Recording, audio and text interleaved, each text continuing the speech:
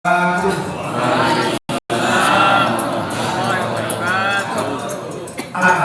rabbil alamin wassalatu wassalamu ala asyrofil mursalin sayyidina Muhammadin wa ala alihi wa sahbihi ajma'in. Faqala ta'ala fil kitab al-aziz wa intahu ni'matallahi la tuhsa. Yang sangat kita muliakan yang dicintai, banyaknya yang hari ini mudah-mudahan membawa berkah kita semua. Amin. Saya nggak sebutin namanya, pokoknya berkah semuanya. Amin ya. Ada KL, ada KLela, saudara saya. Kalau yang dulu saya mudah-mudahan banyak ada di sana. Pengajian biasa, yang mana kebetulan jamaahnya pengen bikin milad. Milad ayam yakin bikin milad. Oh, saya nggak tahu apa nih. Ini panjangan ini saya nggak tahu. Yang bikin siapa ya? Pokoknya jamaah gitu. Terima kasih ya orang yang membantu bacaan ini semuanya. Kue-kue juga yang beli. Nih, saya nggak beli di kue ini. Nggak beli saya. Buah saya nggak beli, kue nggak beli. Dari kita wanita, ya syukuran, bersyukur kepada Allah. Allah kasih sehat walafiat. Amin.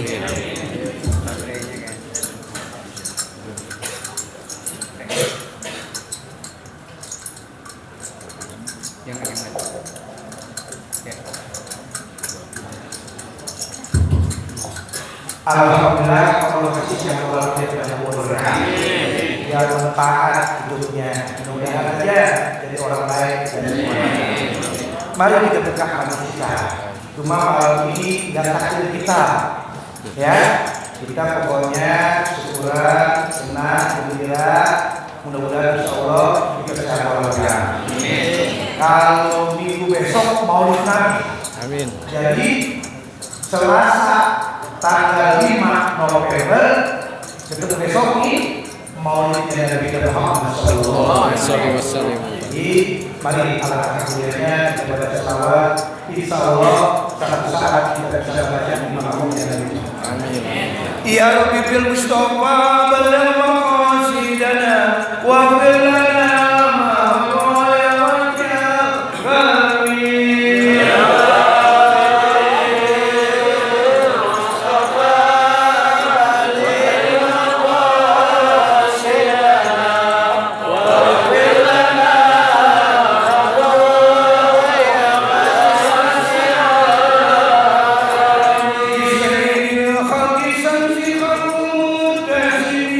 Muhammadin khairul makhluqin wa muhtadin.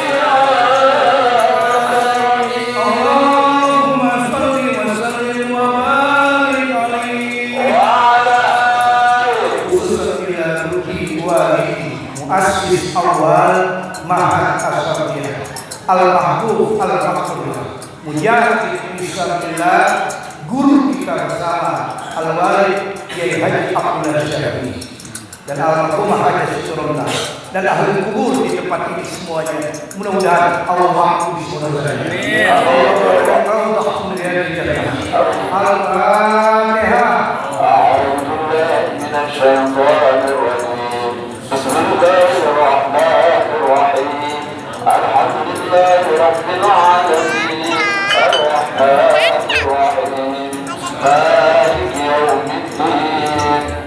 إياك نعبد وإياك نستعين اهدنا الصراط المستقيم صراط الذين أنعمت عليهم غير المغضوب عليهم ولا الضالين.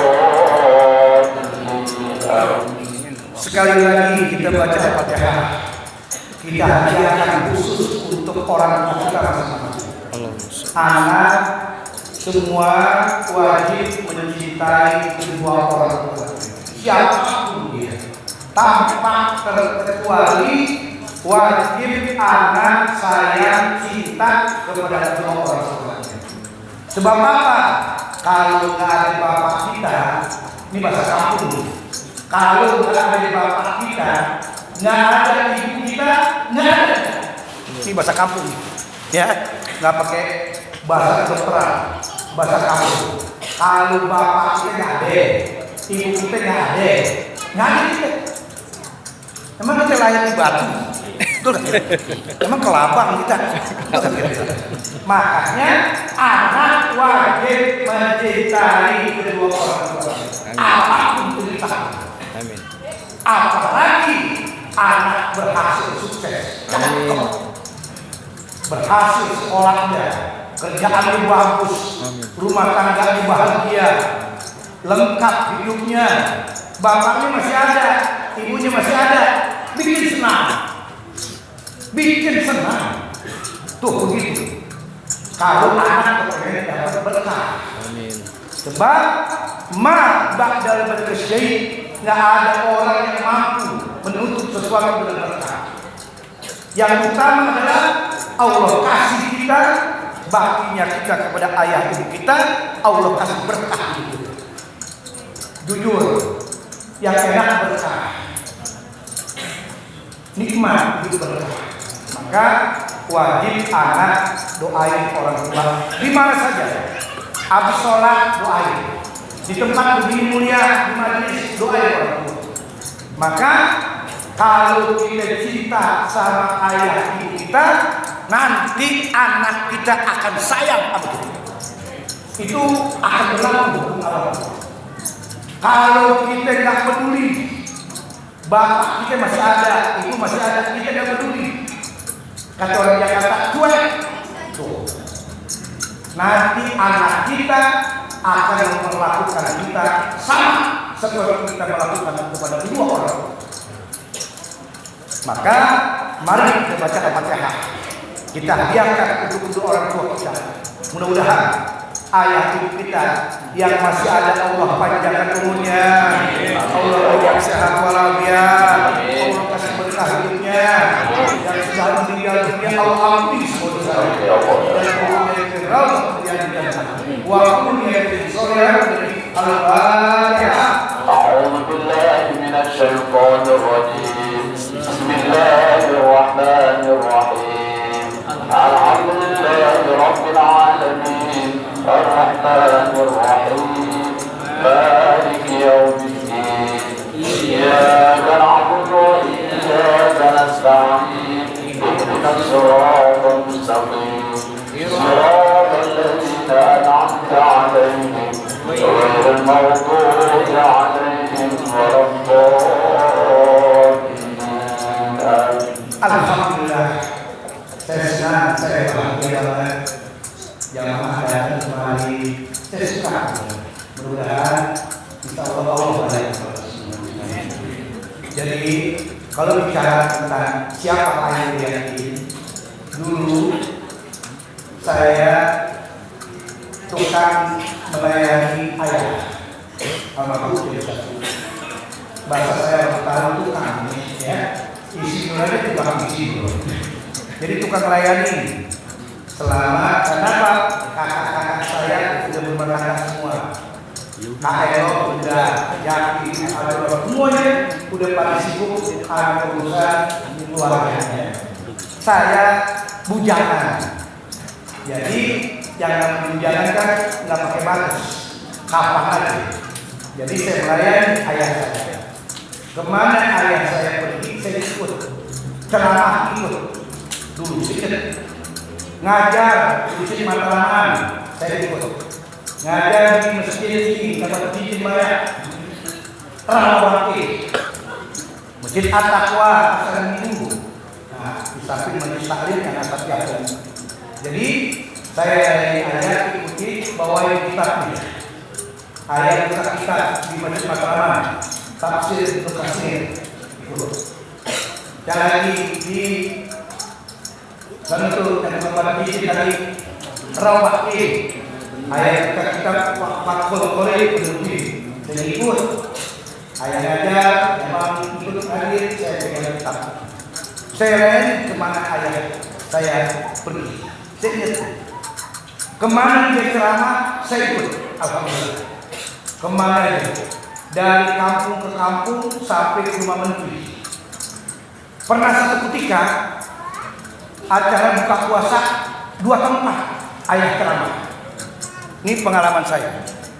Yang ceramah pertama saya di rumah Bapak Menteri Emil Salim. Saya ingat Menteri Emil Salim, menteri apa sih? Yang hidup-hidup itu lingkungan hidup. Ya, tuh Emil Salim.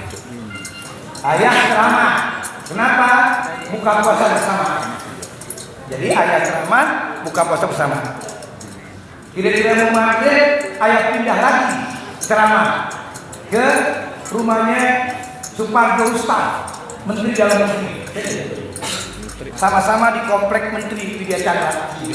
Depan komplek Widya Chandra ada komplek Menteri. Namanya Widya Chandra Menteri. Di situ juga. Saya akhirnya jujur nemenin ayah saya. Jadi ayah buka puasa di rumah Pak Salim, pergi lagi ke Pondok Ustaz, ceramah lagi. Di situ 2. Jadi ayah makan, saya ikut makan. Saya makan 2 kali di situ. Makan kacang pinak ikut, kolak ikut saya makan. Nah buka puasa, pindah lagi ke masuk jurusan. Saya lihat ada ikan bagus tuh, udah saya makan juga. Tiba-tiba mules perut saya. Sudah mules. Ayah kejar dari internet yakin. Kebetulan ada acara dia.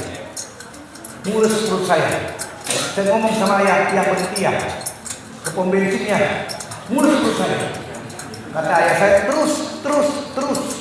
Jadi pengen. Namanya nahan.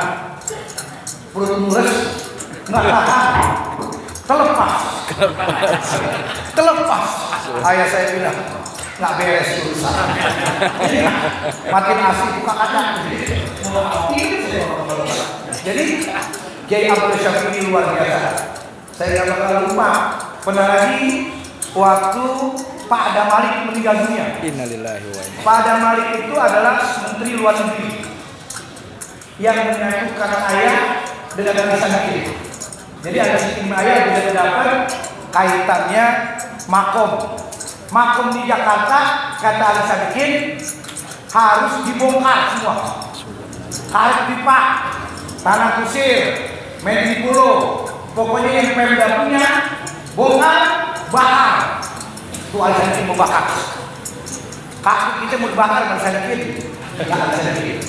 Iya, ayah marah luar biasa. Nggak boleh manusia membakar manusia. Agama Islam melarang.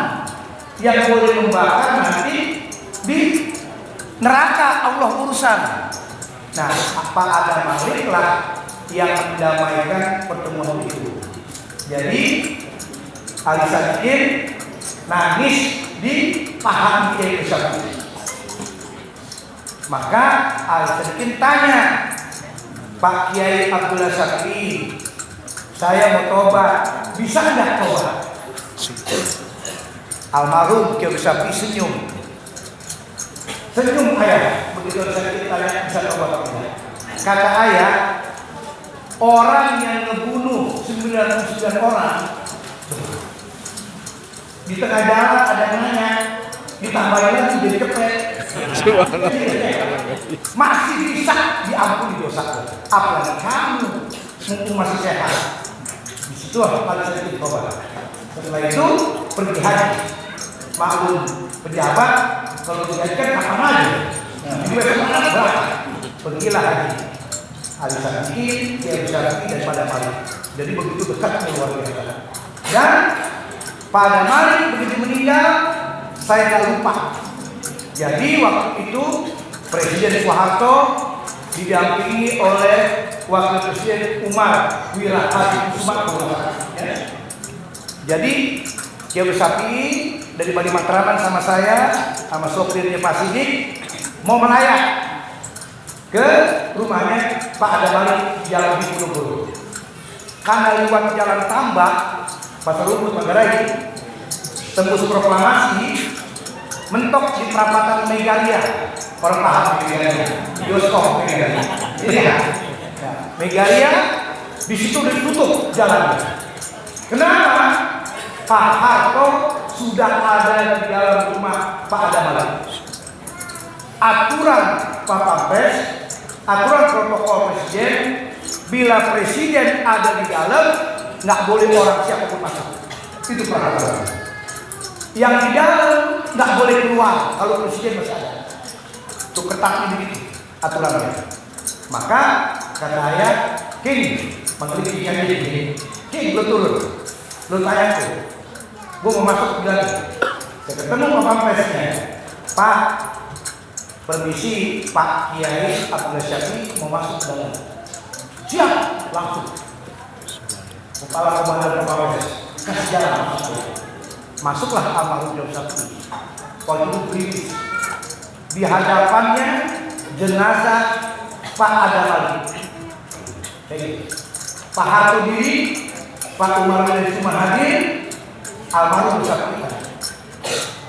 Duduklah istrinya Pak Adamali, namanya Ibu Neli. Ibu Neli Adamali. Maka Bu Neli minta Kiai Abdul Syafi'i depan Pak Harto, Kiai Syafi'i, tolong kultum, tolong bicara. Kiai Syafi'i bilang, jangan saya, yang lain banyak. Begitu. Tetap jadi imam mendorong-dorongan. Biasa itu namanya.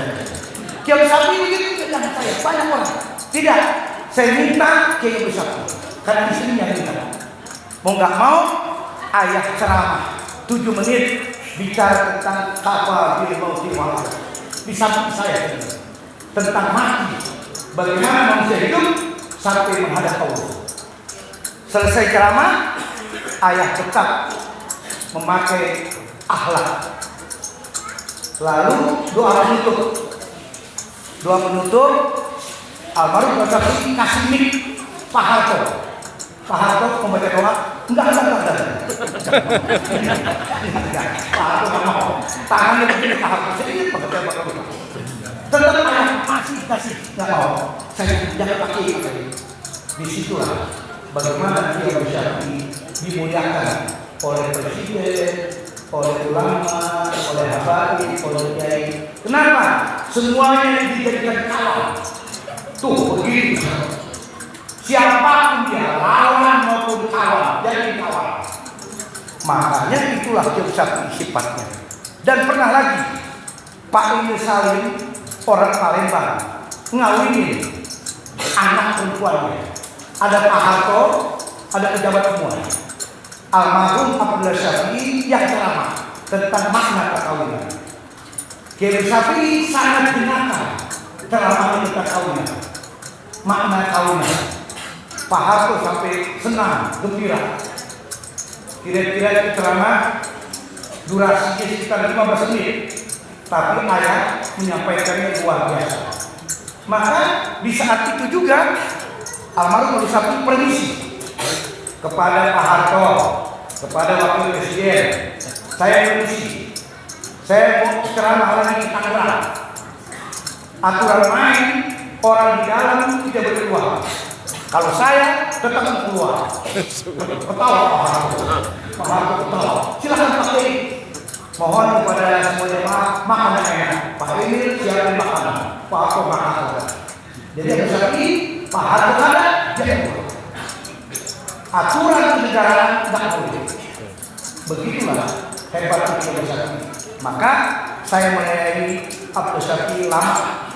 Pernah satu ketika lagi marah, King, lo mau kirim ngaji ke Banten. Pagi lo ngaji, siang ngaji ikan. Kalau ini ngambek tuh, jadi sunnah aja di sini. Kalau orang dulu kan ngambek dia dibuang ngaji. Sekarang aja bukan begitu. Begitu. Entah ayah yang melayani dong ya. Biar nggak apa-apa. Lagi ngambek. Begitu Abdul Syafii.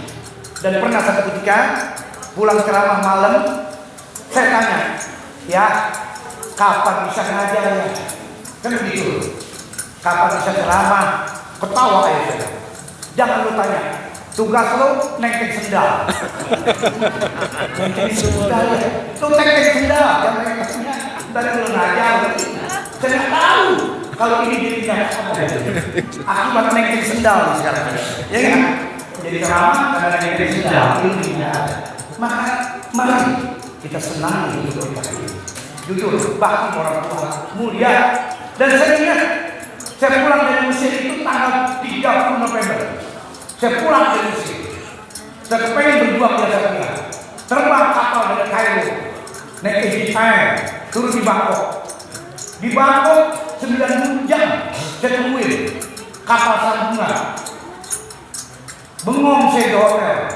Nyambung lagi dari Bangkok, naik Thai, turun di Singapura, turun di Jakarta.